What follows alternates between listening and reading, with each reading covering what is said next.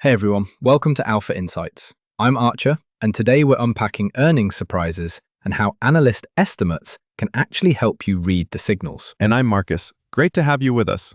And hey, if you have questions while you're listening, drop them at stockalpha.ai. We check that feed. Quick note before we jump in.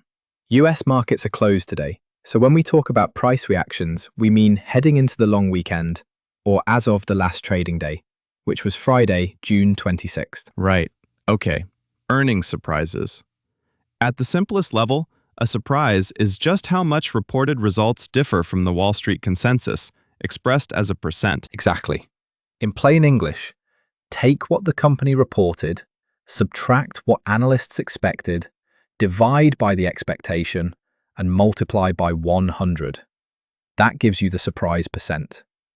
So, for a concrete example, if consensus earnings per share for Apple were $1 and the company reported $1.15, that would be a 15% surprise. But here's the thing. Not all surprises are created equal. Revenue surprises usually tell you about demand. EPS surprises can reflect demand too, but they can also be driven by tax items, buybacks, or one-time gains. Right, and data suggests the market treats a revenue beat as higher quality.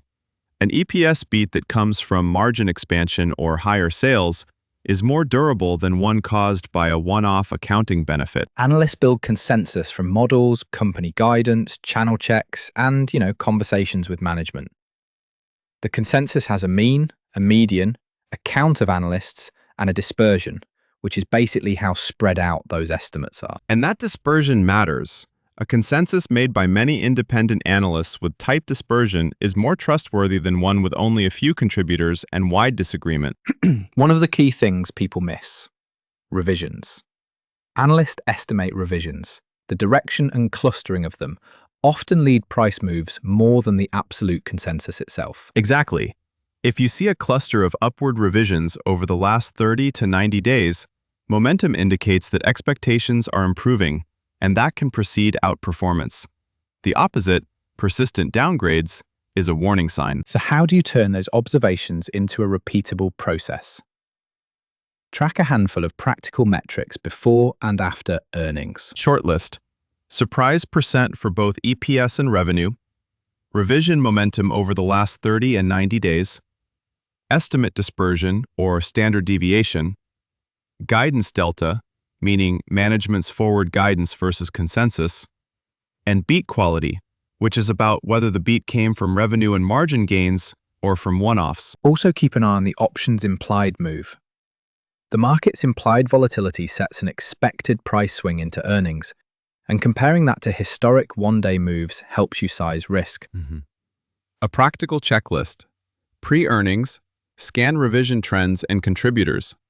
On earnings day, record EPS and revenue surprises and compare to the options implied move. Post-earnings, see how analysts update forward estimates and whether guidance changes the medium-term story. A few real-world patterns. Take Tesla as an example.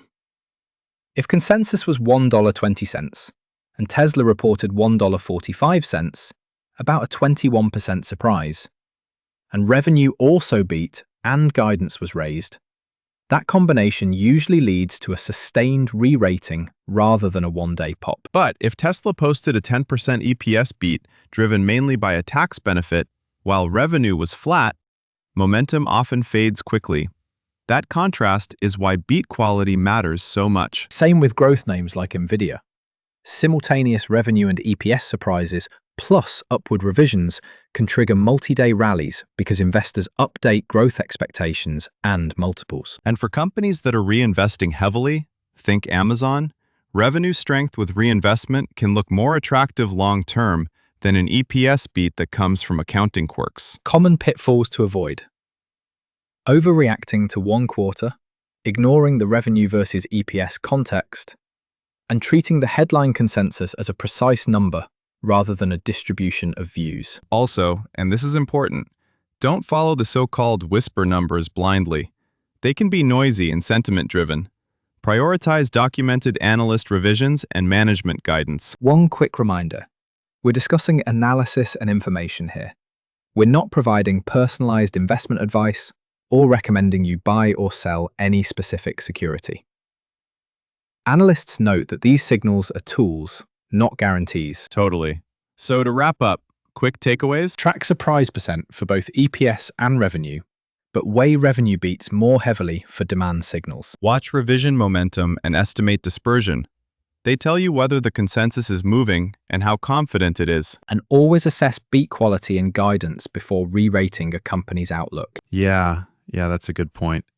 Practice the checklist across a few names to build pattern recognition and size positions to the implied risk. Got questions? We'd love to hear from you. Head over to stockalpha.ai where you can ask us anything and we'll answer live. And while you're there, check out more market content on the site. Thanks for listening. I'm Marcus. And I'm Archer. See you next time on Alpha Insights.